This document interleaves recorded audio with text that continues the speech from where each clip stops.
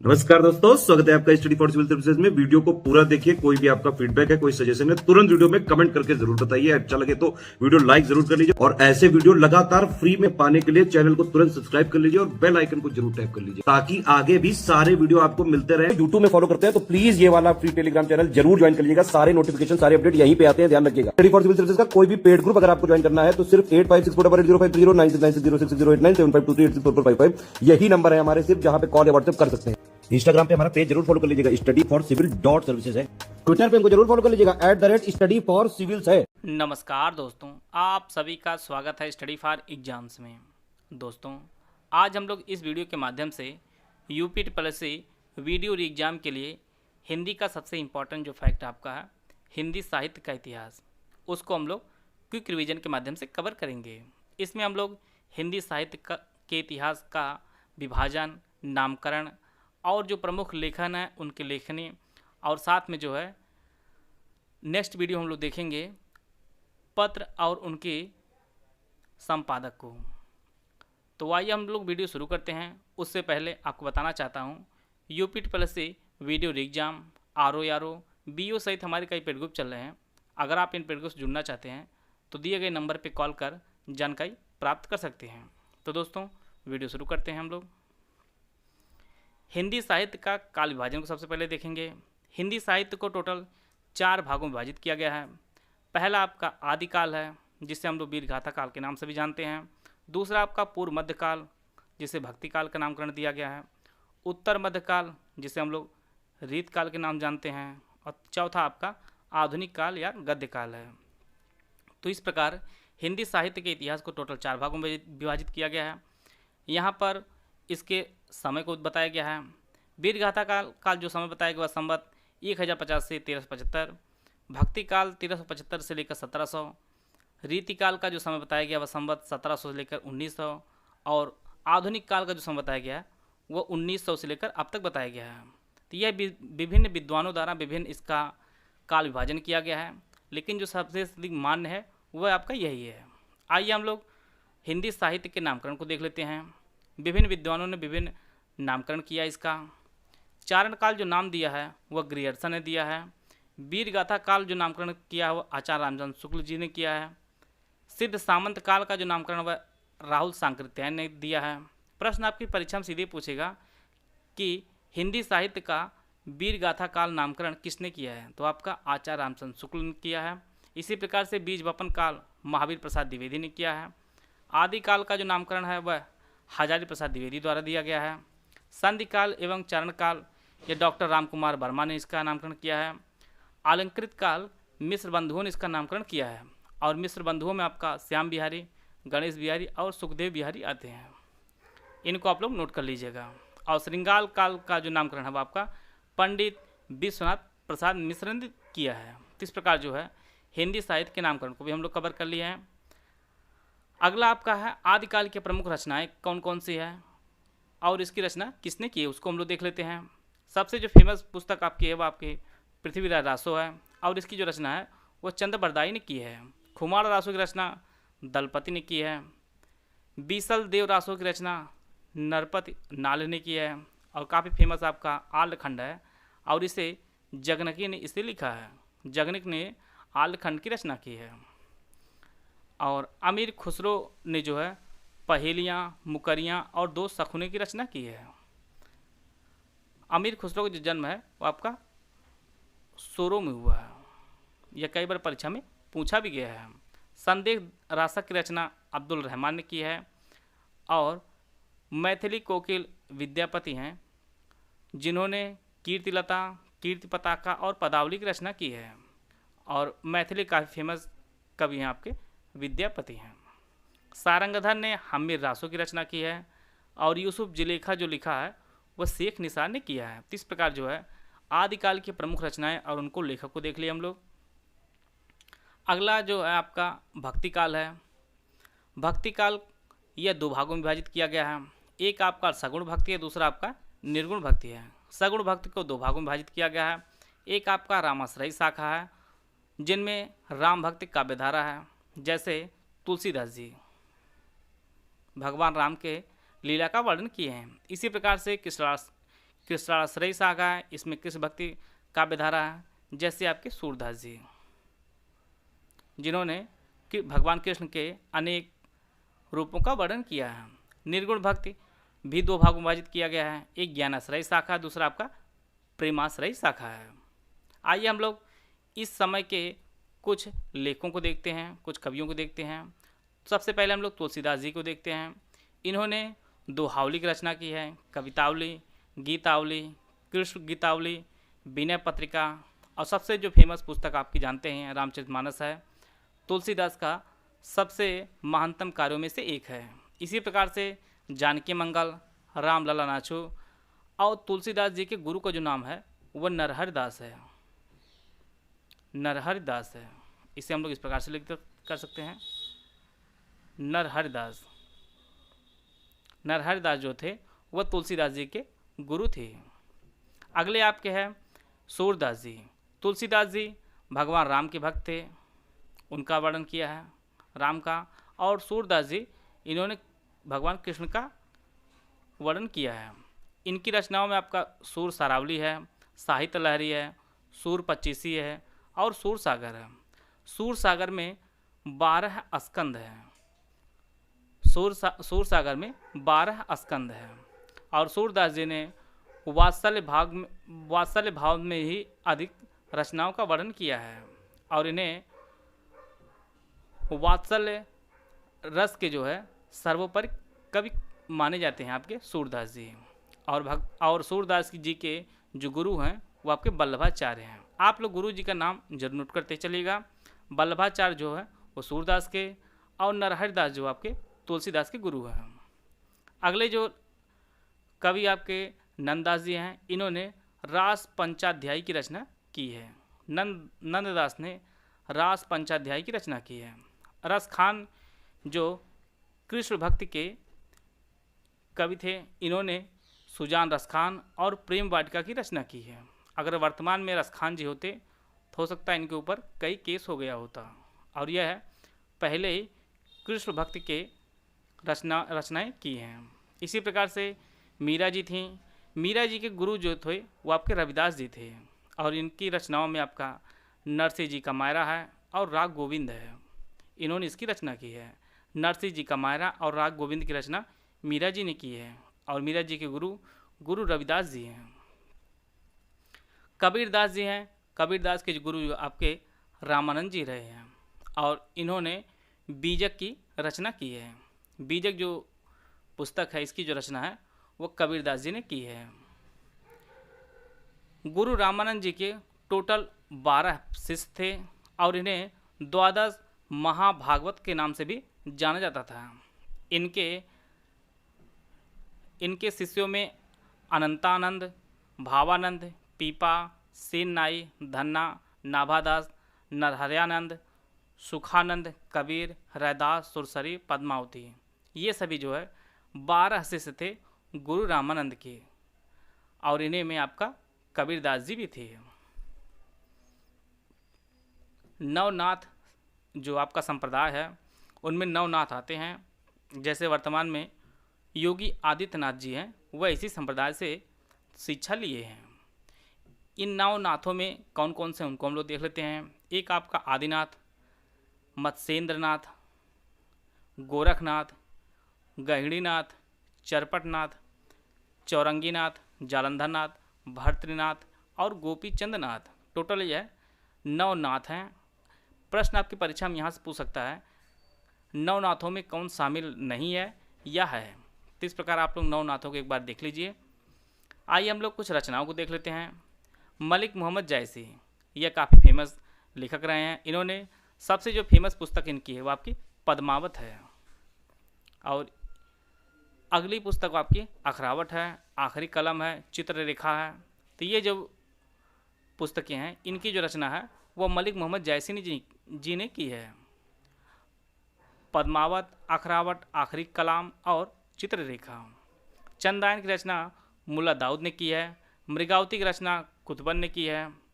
नरोत्तम दास ने सुदामा चरित्र और ध्रुव चरित्र की रचना की है। मधुमालती की रचना मंझन ने की है। भक्तमाल की रचना वो आपके नाभादास ने की है। सत्यवती कथा की रचना ईश्वर दास ने की है। और काफ़ी फेमस जो लेखक रहे हैं केशव दास जी, इन्होंने कवि प्रिया, रसिक प्रिया, रामचंद्रिका और विज्ञान गीता की रचना की है। इनको आप लोग जरूर नोट कर लीजिएगा, केशव दास जी, इनकी रचनाओं को कई बार परीक्षा में पूछा गया है। कवि प्रिया, रसिक प्रिया, रामचंद्रिका और विज्ञान गीता। सबसे इंपॉर्टेंट फैक्ट आपके रामचरितमानस से है। रामचरितमानस टोटल 7 कांड है और इसे अवधी भाषा में गोस्वामी तुलसीदास जी ने लिखा है। और इसका जो लेखन कार्य शुरू किया गया था वो वर्ष 1574 में शुरू किया गया था। रामचरितमानस टोटल 7 कांड हैं, उनको हम लोग देख लेते हैं। पहला आपका बाल कांड, अयोध्या कांड, अरण्य कांड, किष्किंधा कांड, सुंदर कांड, लंका कांड और उत्तर कांड। यह टोटल आपके 7 कांड है। फिर इसके बाद हम लोग देखते हैं सबसे छोटा कांड कौन सा, सबसे बड़ा कांड कौन सा। बाल कांड जो है यह सबसे बड़ा कांड है और किष्किंधा कांड आपका सबसे छोटा कांड है। तो इस प्रकार हम लोग रामचरितमानस से इंपॉर्टेंट जितने फैक्ट थे उनको हम लोग कवर कर लिए हैं। अगला जो इंपॉर्टेंट फैक्ट है आपका अष्टछाप की स्थापना। अष्टछाप में कौन कौन शामिल था, इसकी स्थापना कब हुई थी, किसने की थी, इनको हम लोग देखेंगे। अष्टछाप की जो स्थापना है वह 1565 में हुई थी और इसे श्री वल्लभाचार्य जी और उनके पुत्र विट्ठलनाथ जी ने मिलकर इसकी जो है स्थापना की थी 1565 में। अष्टछाप की स्थापना, इसमें जो है वल्लभाचार्य जी के 4 शिष्य थे और विट्ठलनाथ के भी 4 शिष्य थे। इन 8 लोगों को हम लोग देख लेते हैं। वल्लभाचार्य जी के शिष्यों में कौन कौन शामिल थे, वो आपके सूरदास थे, कुंभन दास थे, परमानंद दास थे और कृष्णदास थे। यह जो 4 शिष्य हैं यह वल्लभाचार्य जी के शिष्य थे। दूसरे आपके गोस्वामी विट्ठलनाथ के शिष्य थे, उनमें आपका गोविंद स्वामी हैं, नंददास हैं, छीत स्वामी और चतुर्भुज दास। टोटल जो है यह 8 लोग थे और इन्हीं के मिलाकर आपके अष्टछाप की स्थापना 1565 में वल्लभाचार्य और उनके पुत्र विट्ठलनाथ द्वारा की गई थी। यह आपका वीडियो जो एग्जाम होने वाला है, एक नॉर्मल जो हिंदी साहित्य के प्रश्न पूछे जाएंगे। आपको टीजीटी पीजीटी लेवल की तैयारी नहीं करनी है, बेसिक चीज़ें आप लोग नोट करते चलिएगा और इस वीडियो के माध्यम से आपको वह सभी चीज़ें करा दी जाएंगी। तीसरा जो है हिंदी साहित्य का पार्ट आपका रीतकाल है। रीतकाल को 3 पार्टों में विभाजित किया गया है। एक आपका रीतबद्ध है, दूसरा आपका रीतमुक्त, तीसरा आपका रीत सिद्ध है। आइए हम लोग देख लेते हैं कौन कौन कवि किस काल में आते हैं। रीतिबद्ध में केशवदास जी हैं, मतिराम है, भूषण है, पद्माकर है और देव, ये सभी जो है रीतिबद्ध कवियों के अंतर्गत आते हैं। दूसरे आपका रीतमुक्त है, इसमें आलम है, घनानंद है, बोधा और ठाकुर आते हैं। और रीत सिद्ध में आपके कवि बिहारी आते हैं। कवि बिहारी जो है ये आपके रीत सिद्ध में आते हैं। तो रीत काल को 3 भागों में विभाजित किया गया है, रीतबद्ध, रीतमुक्त और आपका रीत सिद्ध। परीक्षा में सीधे प्रश्न पूछेगा कि कौन इसमें रीतिबद्ध के कवि हैं या रीतमुक्त के कवि हैं। तो आप लोग इनको नोट कर लीजिए।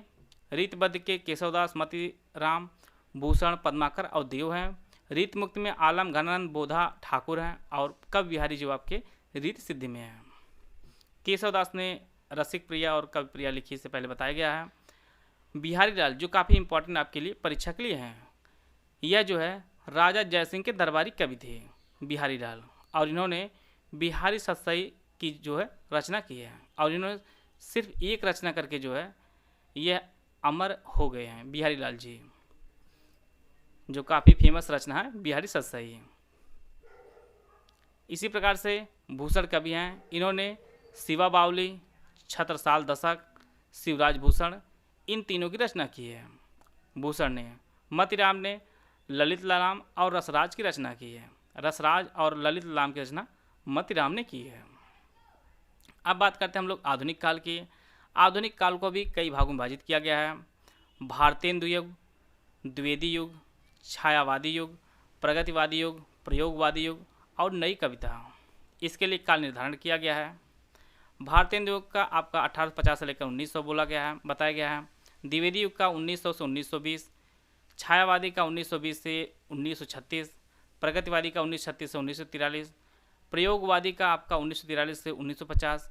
यहाँ पे आपका टाइम पीरियड परीक्षा में नहीं पूछा जाएगा, सिर्फ आपको ध्यान देना है कि कौन से कवि जो है किस टाइम के हैं और कौन सी रचना इन्होंने की है। विशेष रूप से आप लोग उसका ध्यान देंगे। भारतेंदु युग का जो नामकरण है वह भारतेंदु हरिश्चंद्र जी के नाम पर यह नामकरण किया गया है। और इन्हें जो है हिंदी नवजागरण का अग्रदूत भी कहा जाता है। और भारतेंदु युग को जो है नवजागरण काल भी कहा जाता है। और भारतेंदु हरिश्चंद्र को आधुनिक हिंदी साहित्य के जनक के रूप में भी जाना जाता है। भारतेंदु हरिश्चंद्र जी ने कवि बच्चन सुधा, हरिश्चंद्र मैगनीज और हरिश्चंद्र पत्रिका का भी संपादन किया है। और साथ में प्रेम सरोवर और प्रेम फुलवारी की भी रचना की है। भारतेंदु युग के कुछ लेखकों के नाम हैं। इनमें आपका प्रताप नारायण मिश्र जी हैं, बद्री नारायण चौधरी प्रेमघन जी हैं, जगमोहन सिंह हैं, राधा चरण स्वामी हैं। ये सभी जो है भारतेंदु युग के लेखक रहे हैं।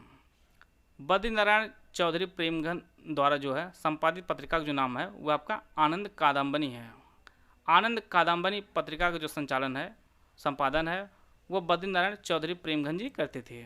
इसी प्रकार से ब्राह्मण पत्रिका का जो संपादन है वह प्रताप नारायण मिश्र द्वारा किया जाता था और यह कानपुर से छपती थी। और इसके अलावा प्रताप लहरी की जो रचना है वो प्रताप नारायण मिश्र ने ही की है। यह काफ़ी इंपॉर्टेंट पत्रिका, इसको जरूर नोट कर लीजिएगा। कहाँ से प्रकाशित होती थी? कानपुर से। और इसका जो संपादन है वह प्रताप नारायण मिश्र द्वारा किया जाता था।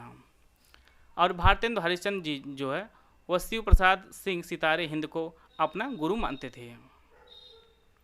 और जैसा कि हम लोग जानते हैं कि भारतेंदु हरिश्चंद्र जो है यह आधुनिक हिंदी साहित्य के जनक कहे जाते हैं। अगला आपका है द्विवेदी युग के कवि और उनकी रचनाएं। द्विवेदी युग नामकरण किया गया है वह आचार्य महावीर प्रसाद द्विवेदी के नाम पर इसका नामकरण किया गया है। और इन्होंने वर्ष 1903 में सरस्वती पत्रिका का संचालन जो है वह शुरू किया था। यह कई बार परीक्षा में पूछा गया, इसको आप लोग नोट कर लीजिएगा।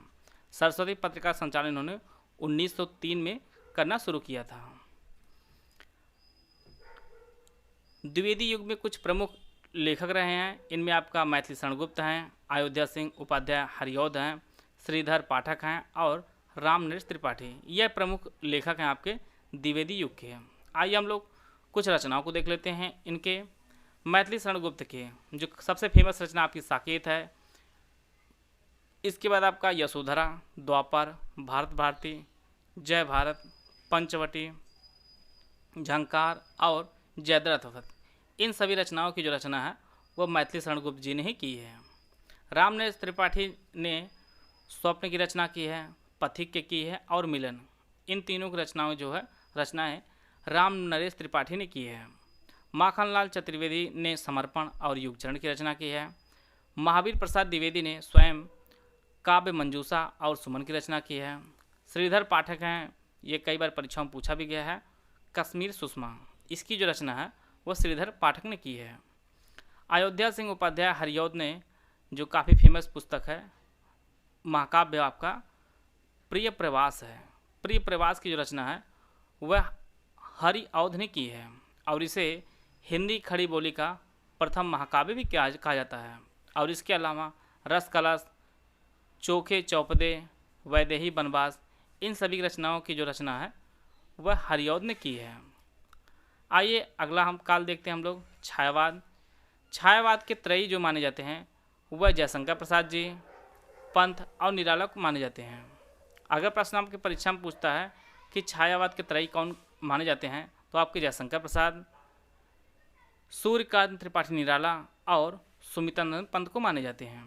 अगर छायावाद के 4 स्तंभ पूछता है आपकी परीक्षा में, 4 स्तंभ में कौन कौन शामिल हैं तो इनमें आपका जयशंकर प्रसाद जी, सूर्यकांत त्रिपाठी निराला, सुमितानंद पंत और महादेवी वर्मा जो है, इन चारों लोगों को छायावाद के 4 स्तंभों में शामिल किया जाता है। 1918 से 1936 के समय को जो है छायावाद काल का युग कहा जाता है। और पहली बार छायावाद को जो नामकरण का जो श्रेय है वह मुकुटधर पांडे जी इसका नामकरण करते हैं। और इन्होंने पहली बार छायावाद जो शब्द का प्रयोग किया था वह श्री शारदा पत्रिका में इन्होंने पहली बार इसका नाम प्रयोग किया था। तो इन्हें जो है नामकरण करने का श्रेय मिलता है मुकुटधर पांडे को छायावाद का।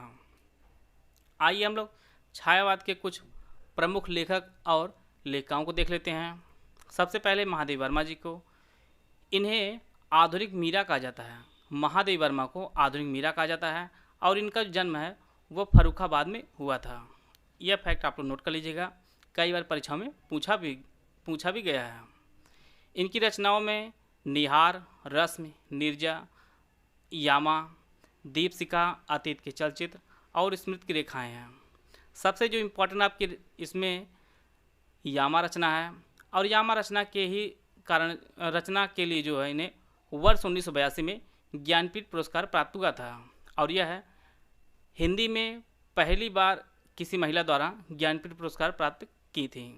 इन्हें वर्ष 1982 में ज्ञानपीठ पुरस्कार प्राप्त हुआ था यामा रचना के लिए। और इसके साथ मेरा परिवार, पथ के साथी और ये सभी जो रचनाओं की रचना है वो महादेवी वर्मा जी ने की है। अगले आपके हैं कवि जयशंकर प्रसाद जी। जयशंकर प्रसाद जी का जो जन्म है वह वाराणसी में हुआ है। इनकी रचनाओं में सबसे जो फेमस रचना है वो आपकी कामायनी है। कामायनी की रचना आपके जयशंकर प्रसाद जी ने की है। कंकाल, तितली, इरावती, चंद्रगुप्त मौर्य, प्रेम पथिक, झरना, आंसू लहर, इन सभी की रचनाएं जो है वो जयशंकर प्रसाद जी ने ही की है। जो सबसे मेन इंपॉर्टेंट रचना इनकी आपकी कामायनी है। सुमित्रानंदन पंत। सुमित्रानंदन पंत को प्रकृति के सुकुमार कवि के नाम से भी जाना जाता है और इनका जन्म अल्मोड़ा उत्तराखंड में इनका जन्म हुआ था। इनकी रचनाओं में प्रमुख रूप से ग्रंथि, गुंजन, ग्राम्या, युगांत, स्वर्ण किरण, स्वर्ण धूल, काला और बूढ़ा चांद, लोकायतन, चिदंबरा और सत्यकाम है। विशेष रूप से चिदंबरा को आप लोग नोट कर लीजिएगा क्योंकि इन्हें चिदंबरा पर ही वर्ष 1968 में ज्ञानपीठ पुरस्कार प्रदान किया गया था और यह हिंदी भाषा के पहले लेखक रहे हैं जिन्हें ज्ञानपीठ पुरस्कार प्रदान किया गया था वर्ष 1968 में। और इससे पहले वर्ष 1960 में जो है काला और बूढ़ा चांद काव्य रचना के लिए साहित्य अकादमी पुरस्कार से भी सम्मानित किया गया था। इसके बाद 1961 में इन्हें पद्म भूषण की उपाधि भी दी गई थी। अगले हमारे जो कवि हैं वो आपके सूर्यकांत त्रिपाठी निराला जी हैं। इनका जन्म है वह मेदिनी जिला आपका है पश्चिम बंगाल में, यहाँ पर इनका जन्म हुआ था और इनकी जो मृत्यु है वो आपके प्रयागराज में हुई है। आप लोगों ने पढ़ा होगा वह है तोड़ती पत्थर, काफ़ी फेमस रही है इनकी कविता। इनकी रचनाओं में आपका परिमल है, गीतिका है, आराधना है, कुकुरमुत्ता है। एक रचना आपके तुलसीदास जी है, यह भी आप लोग नोट कर लीजिए, काफ़ी इंपॉर्टेंट है। प्रश्न सीधे परीक्षा में आपको पूछेगा कि तुलसीदास की रचना किसने की है, तो ये आपके सूर्यकांत त्रिपाठी निराला जी ने की है। फिर आपका नए पत्ते है और अप्सरा है, इन सभी की रचना सूर्यकांत त्रिपाठी निराला जी ने की है। तो इस प्रकार हम लोग एक पार्ट देख चुके हैं। नेक्स्ट पार्ट में हम लोग कुछ पुस्तकें साथ में जो है किस पत्रिका का संचालन कहाँ से और उसकी विशेषता क्या है उनको हम लोग कवर करेंगे। आशा है आप सभी को बहुत कुछ जानने को मिला होगा। वीडियो अगर आपको अच्छा लगा तो लाइक कर सकते हैं। मिलते हैं हम लोग नेक्स्ट वीडियो में। वीडियो को बहुत धन्यवाद। जय हिंद, जय भारत।